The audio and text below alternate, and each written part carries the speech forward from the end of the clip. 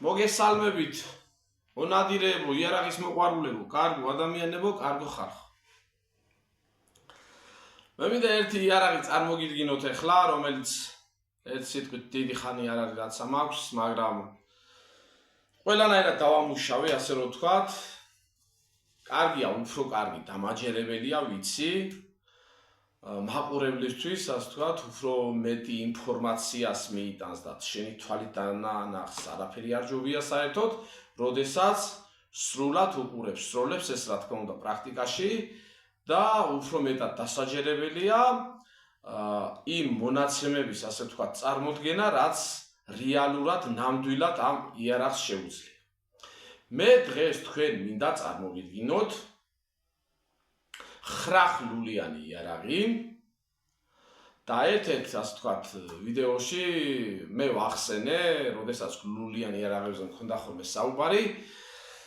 დიდი ხანია რაღაც თემებიდან გამომდინარე არ გამიკეთებია ხოლმე რაღაცებზე განხილვები, თუმცა ძალიან მიყვარს ასეთი რაღაცეები, რომ ცოტა ინფორმაცია მივაწოდო ხოლმე მონადირეებს ამა თუ იმ მოდელებთან და დადებითი და უარყოფითები მისი აღნიშნო და აღნიშნე მე ერთ-ერთ ვიდეოში და ერთ-ერთ ჩაწერაზე მქონდა ესეთი რაღაცა, რომ არასდროს არ განვიხილავდი ხრახლულიან იარაღს. თუმცა მეტი შეხება მაქვს ხრახლულიან იარაღებთან წლოვანებიდან გამომდინარე, ვიდრე გლულიან იარაღთან მიმართებაში, მაგრამ ეს რაც შეეხებოდა ხობს იმისას, ჩემსაც რომ გლულიანი იარაღი საერთოდ პატარა ბავშვობიდან მაინტერესებდა, თუ რა შეეძლო საერთოდ გლულიან იარაღს მისი, ასე ვთქვათ, მაქსიმალური ზღვარი საერთოდ როგორც ნახევრად ავტომატს, ორლულიან, ასე ვთქვათ, მექანიკურ თოფებს, პომპებს და ასე შემდეგ და ასე შემდეგ და ასე შემდეგ. ეს გამოცდილებიდან, პატარა გამოცდილებიდან გამომდინარე, მივიღე საკმარისი ინფორმაცია, რაც მაინტერესებდა გლულიან იარაღებთან, თითქმის უკვე დავდევი, ვიცი, ზედმეტად თუ ნაკლებად მაინც რა და როგორ. მაგრამ საქმეა იმაში, რომ ეხანაც ვახსენე, ხრახლულიან იარაღებს არ განვიხილავდი. ერთ-ერთ ჩაწერაზე ვთქვი, როდესაც გლულიან იარაღს განვიხილავდი. ერთ-ერთ მოდელს აღარ მახსოვს ზუსტად, მაგრამ ვერ მიუდივარ, ასე ვთქვათ, ამ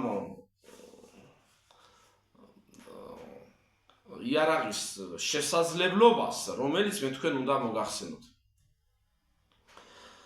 იარაღი, რომელიცაც მე თქვენ დღეს წარმოგიდგენთ, არის აირგადამტენი კალაშნიკოვის AK-74-ის კალაშნიკოვის სისტემის იარაღია, აბსოლუტურად თავიდან ბოლომდე მონაცემებით და უფრო მეტად დახვეწილად, ასე ვთქვათ, წარმოდგენილი და გაკეთებული, როგორც მის ვიზუალიდან გამომდინარე, აბსოლუტურად ყველა დეტალი, ყველა ჩემი დაკვირვებით, ყველა დეტალი არის ძალიან სუფთად და კარგად ნამუშევარი, ასე ვთქვათ, ქართულად დამზადებული სგულისხმობ, რა თქმა უნდა და მინდა დღეს მე ამ იარაღზე ცოტა ვისაუბრო. ესე იგი, რაც შეეხება იარაღის შეძენა მოხდა ერთი თვის განმავლობა, ერთი თვია რაც ეს იარაღი მაქვს, ერთი სიტყვით და თითქმის პატარა ტესტები ძალიან შორმანძილზე არ მაქვს ნასროლი, არ გამისვრია 25 მეტრიდან გავისროლე 50 მეტრიდან და 100 მეტრზე ავედი. რაც შეეხება მინდა ერთი რაღაც თქვა, ვისაც ამ იარაღებთან შეხება გაქვს 25 მეტრზე გასწორებული იარაღი, კორა, რომელიც მანძილი მაკორექტირებელია თვითონ და სადაც აწერია მაგალითად საიგებს P, ამას აწერია S, იქ დაყენებული კორა, როგორც ასე ვთქვათ, ისვრი და გაასწორებ 25 მეტრზე, შემდეგ გადმოხვალ და ისვრი 100 მეტრზე, კორექტირების შეტანა არც დამიზნებაში და არც გასწორების პრინციპის მიხედვით არ ჭირდება. ეს იქიდან გამომდინარეა, რომ რუსულ იარაღებს ამაღლების კუთხე, ტყვის ამაღლების კუთხე, 200 მეტრის მანძილზე, გარკვეულ მანძილამდე, ერთ-ერთი ახლა ბალისტიკაში აღარ ჩავერთობი და აღარ განვიხილავ ბალისტიკას, თუმცა ეგ საკითხიც, ზედმეტ ნაკლებად ნორმალურად მესმის. აქვს ამაღლების კუთხე 15 სანტიმეტრიდან იწევს 25 სანტიმეტრამდე. ეს აკა ემი იქნება 7.62 თუ 5.45 და ასე შემდეგ. მაგრამ ლულაში აი ამ იარაღს მოთავსებული აქვს 6 ნაჭდევი. ანუ 6 ეგრეთ წოდებული ნარეს უძახოდნენ ჩვენი ძველები. ვისაც რა თქმა უნდა ხახლულიანი იარაღები ჰქონდა. და ამაღლების კუთხეს ბალისტიკიდან გამომდინარე ანუ აგდებს დაბლა და ტყვის სისწორეს უწყობს ხელსო უფრო ხაზისებურად უფრო ამაღლების კუთხე არ გააკეთოს. რა თქმა უნდა დიდი ტრაექტორია და დაწიოს ტყვია ხაზისებურ ასე ვთქვათ დამიზნებაზე. დიდი ტრაექტორიის გარეშე და შემცირებით რა თქმა უნდა. ეხლა მე მინდა წარმოგიდგინოთ და თავიდან ბოლომდე ეხლა ამ იარაღის ნახდა დაშლას და აწყობას არ დავიწყებ, თუმცა AK-74 ვინაც იცით ეს სისტემურად ეს იარაღი ასე ვთქვათ არ არის ძნელი დასაშლელი და ასაწყობი და მინდა რომ შევეხო ყველაფერს და წარმოგიდგინოთ ქსელი იარაღისა, რომელიც შემოტანილი აქვს და ძალიან კარგი ქსელია საქართველოში წარმოდგენილი იარაღის მაღაზია ქარავანი ეგრეთ წოდებული, კერძოდ შევიძინე ქარავანის მინსკევიჩის 46 უფრო სწორად ეს იარაღი მაღაზია ქარავანში, ქარავანს ერთ-ერთი ასე ვთქვათ აქვს ესეთი წარმოადგენს ხოლმე ძალიან ახალ იარაღებს, ახალი კალიბრებით და ახალი ასე ვთქვათ ინოვაციებით გამორჩეული როგორც კალიბრი, ასევე ქარავანი შემოვატონებო და მე მინდა მოდი ახლა ეს იარაღი აბსოლუტურად განვიხილოთ. თქვათ 1-2 სიტყვით ყველაფერი, ნუ ბალისტიკას აღარ ჩაუყრმავდები, ლულის არხის ველებს და იმას აღარ დაუწყებ ძალიან ჩაწვიმალებას, თუმცა ეს საკითხი, ნუ ზედმეტ თუ ნაკლებად ვიცი, ასე ვთქვათ, დიდი ხანია უკვე ამ იარაღებთან შეხება მაქვს და საერთოდ ძალიან დიდად არ წარმოგიდგენთ. უბრალოდ იმ საინტერესო დეტალებს გეტყვით, ვისაც ხახლულიანი იარაღები გიყვარს, გარე ვიზუალს და შემდეგ, როდესაც გავართ უფრო კარგი იქნება თავიდანვე თქვი, როდესაც დამაჯერებლობისათვის პრაქტიკაში აჩვენებ მაყურებელს თუ როგორი ისვრის და როგორი დაჯგუფება აქვს ამ იარაღის თვითონ ტყვიას და ტყვიების დაჯგუფების ცენტრი როგორც წარმოადგენს ამისი ლულა. როგორი სწორად ერთი სიტყვით ისვრის, რა თქმა უნდა, მსროლელიდან გამომდინარე, თუ კარგად ისვრი იარაღი გიწყობს მაშინ ხელს, რა თქმა უნდა. ნუ ეს შეთავსებით შენც უნდა უწყობდე იარაღს ხელს და ესეც უნდა გიწყობდეს და ერთი სიტყვით მაშინ გამოდის სუსტი სროლა. ეხლა რაც შეეხება წარმოგიდგენთ იარაღს, რომელსაც ქვია, ესე ვთქვათ, პოლონური წარმოების ჯეკი, ნუ მე ესე დავარქვი ევროპულად გაკეთებული გემოვნებით გაკეთებული AK-74 რუსული წარმოების სისტემით. ეხლა რაც შეეხება დავიწყოთ ჩვენ ალმაქრით. ჩვენ ვიცით საიგებზე, სანადირო იარაღებზე ალმაქრის, ასე ვთქვათ, როგორი ალმაქრები აქვთ მათ, თვითონ საწმენდათა ძალიან ძნელია, ნუ რთული მისადგომი ადგილები აქვთ, ალბათ დამეთანხმებით და მოსახსნელათაც არ არის მაინც და მაინც ძალიან ისეთი კარგი. მე ამ ალმაქრზე შემიძლია თქვა ძალიან კარგად არის და ერთი კიდე ყველაზე ყურადღება მისაქცევი რაც არის, თითქმის ისეთი აქვს ზოგს ალმაქრი, ნუ რუსული იარაღებზე მაქვს საუბარი, ნუ ზეკალიბრული გეგონება რო შეხედა, ანუ ლულა არის წვრილი, შემდეგ უკვე აქ უმსხვილდება ესეთ რაღაცა, ზეკალიბრული იარაღს, ასე ვთქვათ, რო შეხედავ გეგონება რომ ნუ რა თქმა ეხლა მაგას მახელა ძალიან დახვეწეს და ძალიან გააკეთეს ესეთი ალმაქრი. ძალიან სასიამოვნოა მისი მოხსნა, გაწმენდა და მე ისევე ზედ მორგება იარაღს. ეხლა რაც შეეხება წინა სამიზნე, მაკორექტირებელი სამიზნე, AK-74-ის გასწორების პრინციპი აქვს, ჩვეულებრივად და მეტი არაფერი, ჩვეულებრივად ყველაფერი. ტრადიციულად ზუმბი, საწმენდის საშუალება ლულისა და კიდე სხვა მიუდგომელი ადგილებისა, თუმცა მას მოყვება კიდე დამატებით ეგრეთ წოდებული საკუთნო, სადაც მისი განსაწმენდის საშუალებები დევს შიგნით. გაზის კამერაზე, ასე ვთქვათ, მიერთებული გაზის მილაკი, სადაც გაზები გადმოედინება, ნუ აღარ ჩაუგროვდები ახლა და აღარ ვიტყვი. მე უბრალოდ მოთავსებული აქვს მე ზედ პიკატენის თამასების სამაგრები, ლაზერის და ფანარის და ნუ ყველაფერს 4-ვე მხარეს აქვს მოთავსებული. თლიანად კრუგში აქვს სამაგრი. რაც შეეხება აი ამ სახელურს მინდა აღვნიშნო, რომ აი ეს სახელური არის დურა ალუმინი, ნუ ლითონია, პლასტიკი არ არის და არის ძალიან მოხერხებული, მეტი რო არ შეიძლება.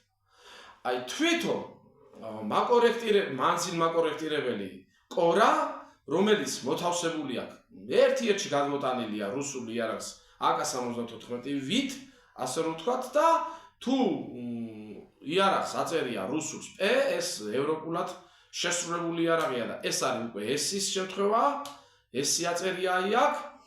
რაც შეეხება კიდე ამ იარაღს რა აქვს ძალიან კარგი. მჭიდის მიმღების აი ფიქსატორი, რაც აფიქსირებს, ეს აქვს ფართი.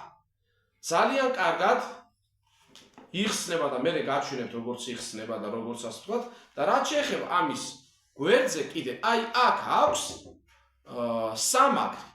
რა თქმა უნდა, ღამის ხედვის ხელსაწყოთი და ბინოკლით და ასე შემდეგ და ასე შემდეგ.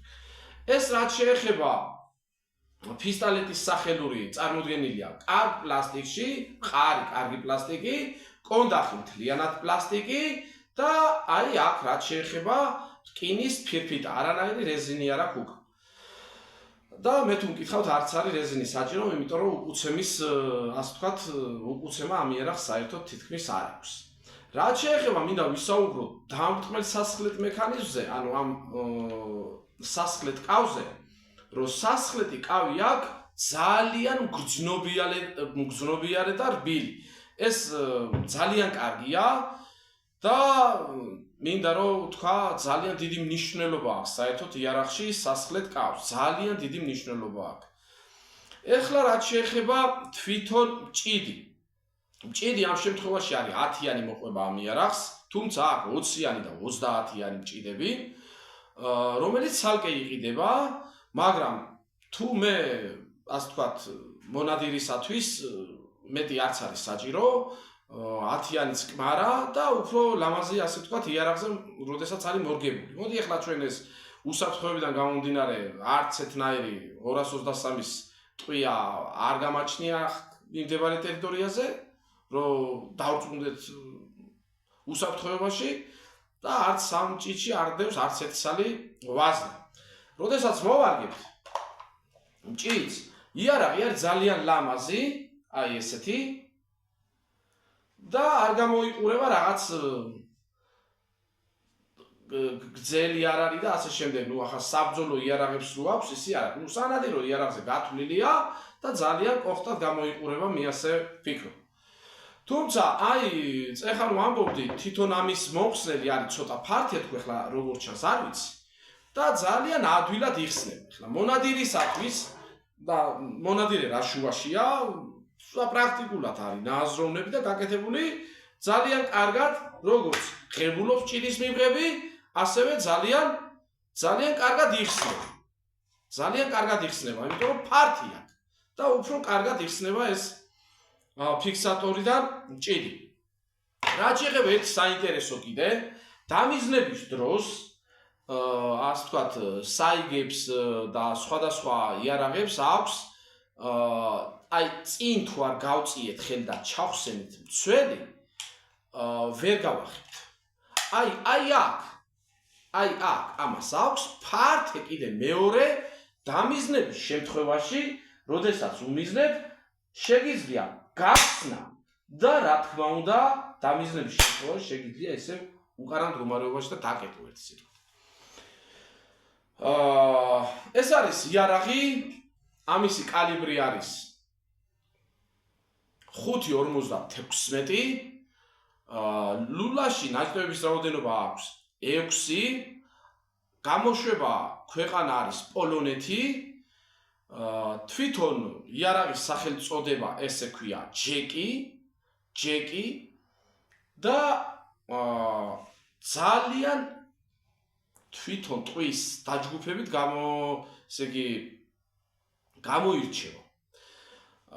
მე მინდა ვთქვა ესეთი რაღაცა, როდესაც ვისაც ერთი სიტყვით ხრახლულიანი იარაღებთან დაკავშირებით ვერ გადაუწყვეტია 5.56 უნდა და ვერ გადაუწყვეტია რომელი იარაღი იყიდოს, მე უბრალოდ რჩევას ვაძლევ მას, რომ ეს ისვრის როგორც 5.56-ს, ასევე 223-ს, 5.56, 223. აი ესია ამისი კალიბრი.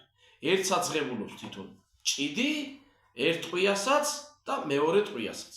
არის ორივე ამისი ლულა, ამ იარაღის ლულა და ეს იარაღი გათვლილია ორივე კალიბრზე და ორივე შესაძლებლობებზე, ორივე ტყვის შესაძლებლობებზე. თუმცა მას გასწორებაში აუცილებლად მინიმალური შესწორება მე ჩემი ვარაუდია შეიძლება დაჭირდეს კიდევ. 223-ზე სხვანაირად შეიძლება იყოს გასასწორებელი იარაღი, 5.56-ზე შეიძლება სხვანაირად იყოს იარაღის მოითხოვს სხვანაირად სროლა ერთ სიტყვით სხვადასხვა ტყვიაზე იარაღს სხვადასხვანაირი გასწორება ჭირდება. მაგრამ როგორც ასეთი, ასე ვთქვათ, რაც შეეხება თვითონ ტვისტს, აქ 1 და 8 მე ახლა არ შევეხები და სხვა იარაღებზე არ გადავალ და მინდა ერთი იარაღი შევადარო, რუსული იარაღების კლასიფიკაცია, რომელიც საერთოდ სანადირო იარაღებს წარმოადგენენ, ესე ვთქვათ, საიგა 4 ნაჭდევისგან არის თითოეულის არხში მოცემული, 5.55 იქნება თუ 7.62 და მათ ამაღლების კუთხე მაინც იგივე რჩება როგორც საბრძოლო იარაღის ერთ სიტყვით, 15 სანტიმეტრიდან გარკვეულ მანძილზე 25 სანტიმეტრზე იწევს მისი ტყვია, მიახლოებით ესია და ეს განაპირობებს, ბალისტიკასაც არ შევეხები, ეს განაპირობებს ლულის არხში ნაჭდევების რაოდენობას, რაც უფრო მეტი აქვს ლულის არხში რაოდენობა ნაჭდევების, მით უფრო ამაღლების კუთხე მცირდება და ტყვია მიდის უფრო ხაზოვანი და ტრაექტორიას დიდს არ აკეთებს. რაც შეეხება ამ იარაღს, ეს აქ უკვე დადებითი რუსული იარაღიდან გამომდინარე, რუსული წარმოების იარაღიდან გამომდინარე, რომ თვითონ ლულის არხში მოცემული აქვს 6 ნაჭდევი, რაც იარაღის ტყვის დაჯგუფებას სწორ და ძალიან კარგ დაჯგუფებას უწყობს ხელს. კიდევ განსხვავებით თვითონ ნაკეთები. აი თვითონ ნაკეთებია ძალიან კარგი. როდესაც ხელს აი აქ იმდენი სამაგრებია გადაუსვა, ისეთი რაღაც წამონაზარდები არ აქვს, რომ რაღაცა ხელი გაგიფუჭოს, რაღაცა ხელი გატკინოს ან რამე. ისეთი კარგად არის ყველაფერი გაკეთებული და ლამაზად, რომ მეტი არ შეიძლება რა. მე მინდა კიდევ გიმეორებთ, ვისაც იარაღთან, ასე ვთქვათ, დამოკიდებულება გაქვთ დადებითი და გახართ მოხარულები იმისა, რომ იარაღი 5.56-ის ნატოს სტანდარტების კალიბრია, ეგ ყველამ ვიცით, შევიძინოთ, არის მაღაზია ქარავანი და შეგვიძლია აი ძალიან კარგი მომსახურე პერსონალი ყავს და ჩვეულებრივად მოგვემსახურებიან და რაც შეეხება ახლა ამის ფასებს, უკვე ეს მოდელებიდან გამომდინარეა, თუ რა მოდელი გინდა, რომელი გინდა, ის ხის აქსესუარებითაც არის, მოკლელულებითაც არის უფრო და მის შესაბამისად არის იქ ფასები მოცემული ტაბულაზე. თუმცა მე ეს ტაქტიკური სტანდარტული ლულით და ტაქტიკური იარაღი მაინტერესებდა უფრო მეტად და პატარა ტესტებიდან გამომდინარე, რაც ჩაუტარე ბევრი არაფერი ამ იარაღს, მაგრამ ძალიან ესეთი ყვაყოფილი ვარ ამ იარაღით, რომ მეტი არ შეიძლება. მე არ, ასე ვთქვათ, შევადარებდი ამერიკულ წარმოების M403 ტიპის იარაღის ტყვის თვითონ დაჯგუფებაში, რომ თითქმის არა და შეიძლება აჯობოს კიდევაც თვითონ ტყვის დაჯგუფებაში, თვითონ ამერიკული იარაღი არის Bushmaster-ის 6 ნაჭდევიანი, ხოლო კოლტი არის 7 ნაჯნებიანი, მაგრამ თუ ორივე იარაღს არ 15-ის ასე ვთქვათ, სისტემა არის ერთის და მეორეს, მაგრამ ნუ კოლტის ხარისხი ცოტათი მაღლა დგას ბუშმასტერის წარმოების ხარისხზე. და რაც შეეხება ამ იარაღის მუშაობის კალაშნიკოვის ყველას მოგეხსენებათ ალბათ, კალაშნიკოვის სისტემის იარაღის მუშაობის პრინციპი და შეუფერხებლად მუშაობა ყველა ძალიან კარგად მოგვეხსენება. მე მინდა დაგემშვიდობოთ, მეც ვერაფერს ვერ გეტყვით ამ იარაღთან დაკავშირებით, მაგრამ უფრო კარგია, კიდევ ვიმეორებ, უფრო კარგია, როდესაც ველზე გადიხარ და მაყურებელს აჩვენებ პრაქტიკულად, პრაქტიკას სროლებს და ნატყვიათა დაჯგუფებას, უფრო კარგია, უფრო მეტად დამაჯერებლობა არის, უფრო საერთოდ ადამიანი, რომელიც ჭობს, იყიდოს თუ არ იყიდოს, თუ რა ქნას შეცდება, თუ არ შეცდება, ამ ყიდვის დროს ამ იარაღში მე პირდაპირ გეუბნები თუ არ შეცდება არავინ ამ იარაღის ყიდვაში, იმიტომ რომ ამ იარაღს ერთი დადებითი თვისება აქვს. აი, არ იარაღი შეუფერხებლად მუშაობს, არანაირი შეფერხება მას არ გააჩნია, თუ ამაღლების კუთხე რუსულ იარაღს ჰქონდა 15-დან, ნუ ერთი ეს ჰქონდა ყველაზე ცუდი, რაც ჰქონდა, რომ ნაჯნების რაოდენობა ამაღლების კუთხე ჰქონდა საერთოდ ნაჯნების რაოდენობიდან გამომდინარე 15 სანტიმეტრიდან ტყვია ეწევდა 25 სანტიმეტრზე, ნუ დიდ ტრაექტორიას აკეთებდა, ნუ ამას ეს ახლა შემცირებული აქვს, ევროპულად არის ნაწარმოები. მე მინდა ძალიან დიდი, რა ვიცი, კმაყოფილება გამოვთქვა ამ იარაღთან მიმართებაში და პოლონეთმა ეს ძალიან კარგი რაღაც გააკეთა, ნუ მაინც პოლონეთი ძლიერი ქვეყანა არის, ძალიან კარგად არის თვითონ ვიზუალურად კონსტრუქცია წარმოდგენილი ნამუშევარი ქარხნულად და თვითონ ტყვის დაჯგუფებაც ძალიან კარგი აქვს. თუმცა კიდე გიმეორებთ, თუ ვინმეს არ 15-ის იარაღი გაუსწორებია 25 მეტრზე და 7 სანტიმეტრის, ასე ვთქვათ, მოუთავსებია ტყვია, ჩვეულებრივად ვიიწევთ 100 მეტრიდან და ვისვრით შემდეგ, თვალსაც და კორექტირება საერთოდ არ შეგვაქვს. როგორც ვასწორებთ 25 მეტრზე, ისე ჩვეულებრივად ვისვრით 100 მეტრიდან იგივე მანძილიდან და როგორც მოგცა 25 მეტრზე შედეგი, ანალოგიურ შედეგს ვაკეთებთ კორექტირების გარეშე, დამიზნების და თვითონ გასწორების კორექტირების გარეშე 100 მეტრიდანაც. თუ რა თქმა უნდა, საყრდენი გვექნება და დაწვრილი მდგომარეობიდან ვესვრით კარგი დამიზნებით და სუნთქვის კონტროლით იარაღს. მე მინდა წარმატება გისურვოთ ყველას აბსოლუტურად და ვისაც ასე ვთქვათ, გინდათ იარაღის შეძენა კონკრეტულად ამ მოდელის და ვერ გადაგიწყვეტიათ, პატარა ბიძგს მოგცევთ იქითკენ, რომ აი ეს იარაღი შეიძინოთ და იმისი, ასე ვთქვათ, პირობას მოგცევთ ეს იარაღი, რომ თქვენ არ შეცდით ამ იარაღის ყიდვაში. კარგად ბრძანდებოდეთ, მონადირეებო, იარაღის მოყვარულებო და თუ კიდევ ვიმეორებ, ვინმეს ეს იარაღი აინტერესებს, აქვს მაღაზია ქარავანს მინსკევიჩის 46 ნომერში. შეგიძლიათ მიბრძანდეთ, კიდევ ვიმეორებ, ძალიან კარგი პერსონალი, მოგემსახურებათ, დაგიდგებათ გვერდში, მოგცევთ კიდე ჩემზე მეტ რჩევებს და რა თქმა უნდა, რჩევები უნდა გავითვალისწინოთ. რაც შეეხება კიდე მინდა ერთი რაღაც აღვნიშნო, ეს იარაღი სანადირო იარაღია და ამისი შესაძლებლობები უკვე ცხოველს და ფრინველს, ასე ვთქვათ, საწყალს ხდის უფრო მეტად, ნუ ესეთი ხედვა მაქვს, უფრო ძალიან დიდი შესაძლებლობები აქვს. აღემატება უკვე ცხოველისა და ფრინველის, ასე ვთქვათ, დაზიანებას ამის შესაძლებლობები უფრო მეტად, მაგრამ არ მიყვარს ახლა გადავიდე მე სხვა მხარეს და სხვა საუბარი დავიწყო, მაგრამ ქართველებს აი ეს იარაღი სახში უნდა გქონდეს. განსხვავებით იმისა, რომ სანადიროა ჩვეულებრივად და ნადირობის გარეშეც, ასე ვთქვათ, ჩვენ